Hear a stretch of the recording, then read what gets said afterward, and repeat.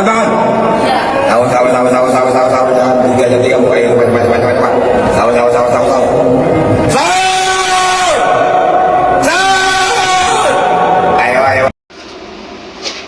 Bismillahirrahmanirrahim. Alhamdulillahi Rabbil Alamin. Wassalatu wassalamu ala Rasulillah wa ala alihi wa sahbihi ajma'in, amma ba'd. Assalamualaikum warahmatullahi wabarakatuh.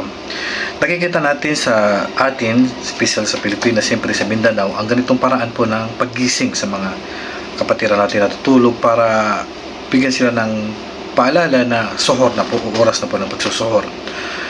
Ang ganito pong paraan ay hindi po tama, mali po yan. Yung iba nagpapatugtog ng mga pito, mga bakal, papatugtog ng mga tambol, mga sigaw.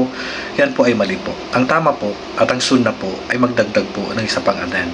So magdagdag ng isang adan na patunay na pwede nang gumising para kumain, at ang pangalawang adan ay hindi na po pwedeng kumain. Ito po ay ginawa po sa panahon ng propeta sallallahu alaihi wasallam. Si Bilal bin Rabah, pag siya nag-adan, pwede pang kumain. Si Abdullah bin Ubay Maktum, pag nag-adan, hindi na pwedeng kumain. So ang tama at ang sunna ay magdagdag ng isang adan para gisingin ng mga tao. Then yung pangalawang adan ay patsir na po, bawal na po kumain. Yan po yung sunna. Wallahu a'lam. Assalamualaikum warahmatullahi wabarakatuh.